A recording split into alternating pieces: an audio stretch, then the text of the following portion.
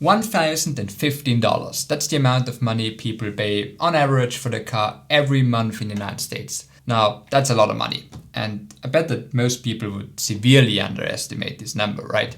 But how much does your car cost you every month? In this video, I will talk you through how you can easily calculate your current car costs as well as the estimated costs for your future vehicle. And as a bonus, I will provide you with the exact Excel sheet I'm using.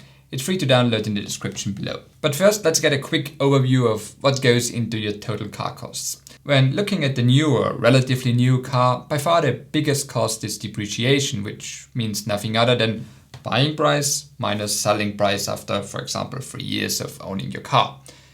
If you lease or finance your car, all costs associated with that, like interest rate, would also go into this wedge, right? And then we obviously have your insurance cost, your fuel or electricity cost, obviously highly dependent on how many miles you're actually doing or kilometers. And last but not least, your maintenance cost, like inspections, services, repairs, Of course, if you are looking at an older car, this somewhat changes as, for example, depreciation gets way less, but instead you're paying a lot more for maintenance as your car is probably going to have issues more frequently, right? Well, but now let's dive into the actual numbers and how you can calculate your car cost using my Excel sheet. Again, you can download this exact sheet for free. Link is in the description below.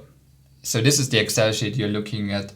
You have one sheet for metric values and one for imperial values. And on both of them, I have a list of explanations and tips below where I explain the whole process in detail. But let's go through it together. As you can see, I have filled in some numbers of a hypothetical Toyota Corolla I found online just to showcase how everything works. On the first field here, we have the car price, which is pretty much self-explanatory. You just put in the actual price of the car. You leave that one empty when you're leasing or renting because then you don't need to calculate the depreciation because that's included in the lease. Then we have initial payment, which is your buying price or down payment. So in essence, it's everything you're paying upfront in the beginning, right? So in this case, with our Toyota Corolla example, I've put in the 24,000. And then below we have two examples of the same car with financing and leasing, and I have down payments of 6,000 respectively 5,000. Then the next column we have monthly payment costs, which is, of course, if you're leasing or financing your car, you have monthly payments, right? You put them in here. Then we have how many years you'd like to keep your car. Again, pretty straightforward. I used 3 years as a period here because that's quite common when leasing a car or financing, and it's great to be able to compare different ways to pay for your car.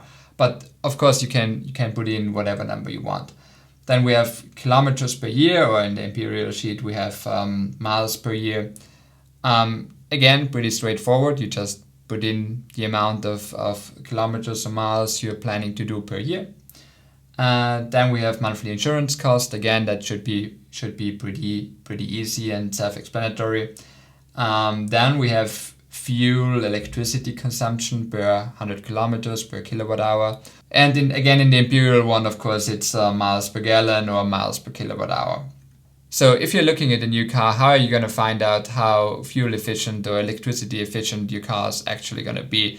Because, of course, you cannot fully trust the manufacturers. So at least for Europe, I have a great site called spritmonitor.de, which is also available in English. I've linked it below. And here on Sprit Monitor, you can pretty much choose between every car, make, model. In this case, I'm going with the Toyota Corolla of our example. It should be a 2023 to 2024 model. And it's gasoline. It is between 3.59 and 5.05 liters per 100 kilometers. These are numbers from actual users. And then you should know for yourself what kind of a driver you actually are. And I pretty much just go somewhere between the min and the average because I'm somewhat of a more fuel efficient driver, so to speak. So that's how I came up with 4.5 liters per 100 kilometers, which is about 52 miles per gallon. And I know that pretty well because I'm actually driving a Toyota Yaris hybrid, so it should be around the same ballpark. Then the next thing is, what's your local fuel price, or electricity for that matter? And I'd encourage you to be somewhat pessimistic with this one. Not like, if it's here in Austria right now, you pay around €1.55 per liter. I put in €1.70 here, because over a few years, who knows how prices are going to develop, and be a little bit more on the pessimistic side just to be safe here. Then we have calculated for you the total electricity or fuel cost for the 3 years, or whatever period you're trying to calculate. Then we have maintenance cost, which of course is a tricky one. Here with our Toyota Corolla, which is a pretty new car, it's quite easy because we have the car under warranty for the whole period of ownership. So we just have to think about tires and yearly service inspections that are mandatory for keeping your warranty. So that's why I came up with the 2300. That's one set of new tires. Then here in Austria we have winter and summer tires mandatory, so you have the switching cost also included, as well as a yearly inspection. Of course, if you are looking at an older car, or your car that's out of warranty, or a more exotic car or sports car, maintenance cost should be way higher. You should calculate with a way higher number. So in order to get a somewhat accurate result here, I'd encourage you to play with this number and think about what would be the best case scenario and what would be the worst case scenario, and put both numbers in, and then you get a result, and you have like a range of what your car is going to cost you. So I don't know, for example, if that would be a different car without warranty, then maybe 2,300 for the 3 years would be a best case scenario, and a worst case scenario would be, 5,000. And then you have a different monthly cost of ownership, and you have a range in which you'll be. And you just need to make sure that the whole range, even when it's the worst case, is somewhat within your budget, right? So we put that back. Then we have the depreciation factor, obviously a tricky one as well, because depreciation greatly varies between car, make and model, and how you're treating your car, how you're looking after it, and of course how much you drive. If you're just looking at a period of 10 years and make it a linear car depreciation, it's around it's a factor of 0.85 per year. Of course, if you're buying a brand new car, I would encourage you to maybe go to 0.8 here, or if you're driving more than average, which would be more than 25,000 kilometers a year, or more than 15 or 20,000 miles a year, maybe go to 0.8 or even 0.75 here, so that you get a realistic number.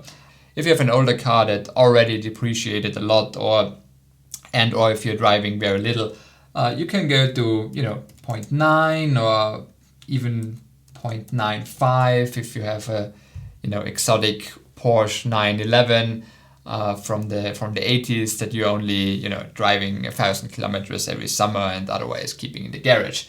You know what I mean. So again, as well as with maintenance cost, I'd encourage you to play around with this in order to get a range of from best case scenario to worst case scenario, because depreciation rate is not only dependent on your car and how much you're actually using it, but also on external factors like we've seen with COVID and the whole supply chain issues, where pretty much every used car stagnated in value or even went up, which turned the whole depreciation thing upside down, right?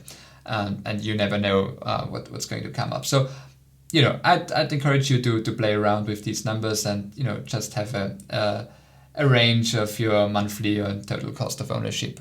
Everything I just said, I've also written down in the Excel sheet. So, you have a little bit of help and guidance when filling it out.